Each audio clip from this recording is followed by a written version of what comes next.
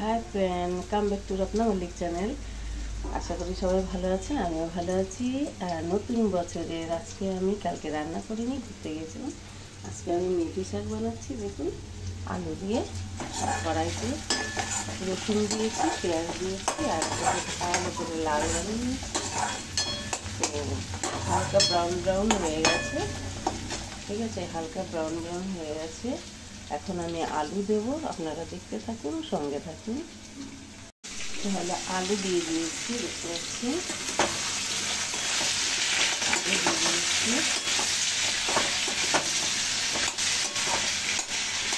এদিকে কাঁচা লঙ্কা আর টমেটো রেখেছি। অনেকটা সবজির মতোই, মতলব আগের মতো তো হয় সবজি। লবণ দিচ্ছি পরিমাণ মতো,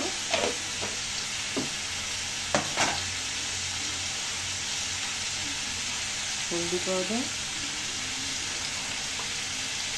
একটু জিরা ধনিয়ার গুঁড়ো, একটু গরম মশলা।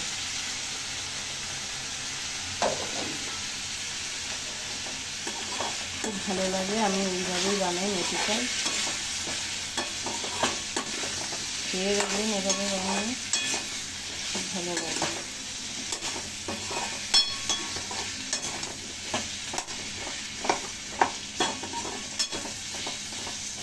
এর মধ্যে একটু কাশ্মীরি পাউডারও দেবো, আর একটু লাল লাল হয়ে নিই আলুগুলো, তখন পেঁয়াজ আর টমেটো দিয়ে দেবো। পেঁয়াজ বলছি, টমেটো আর কাঁচা লঙ্কা দিয়ে দেবো, সরি বন্ধুরা। লাল হয়ে গেছে, এর থেকে বেশি করলে শাক দিয়ে ঢাকা দেবো তো গলে যাবে আলু, তো এই জন্য এর মধ্যে কাঁচা লঙ্কা টমেটো দিয়ে দেবো।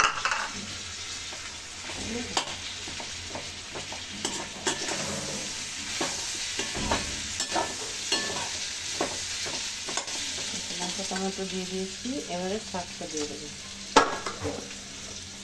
আমি না একদম কুচি কুচি করে কাটতে পারি না বন্ধুরা, কিছু মনে করবেন না, একটু বড় বড় হয়। আমি না সবসময় হাত না আঙুল না কেটে যায়, ওই ভয়টা করি, সেই জন্য আমি একটু বড় বড় করেই কাটি।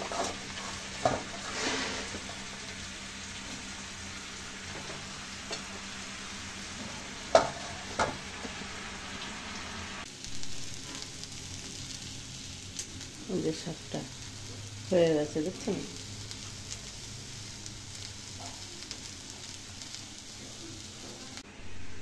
কালকে ঘুরতে গিয়ে আমরা বিরিয়ানি এনেছিলাম, বিনা মশলায়, একদম হালকা। তো বিরিয়ানি রয়েছে, তো চিকেন বিরিয়ানি। আর এই যে দেখুন, এটা গরম করছে, একটু রয়েছে। আর এটা শাকটা হয়ে গেছে, এর মধ্যে একটু কাশ্মীরি মির্চ পাউডার দিয়ে দিচ্ছি।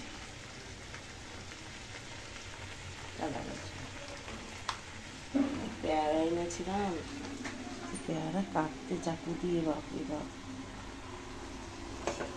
যে সকাল সকাল কেন কেটেছি, সব নাস্তার সাথে একটু ফল খাওয়াই।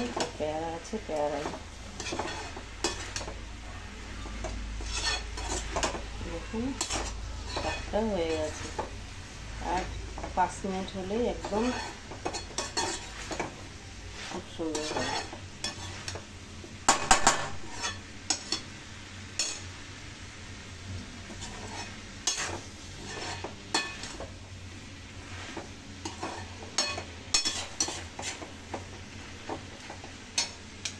বিরিয়ানিটা কেউ খেতে চাইছে না,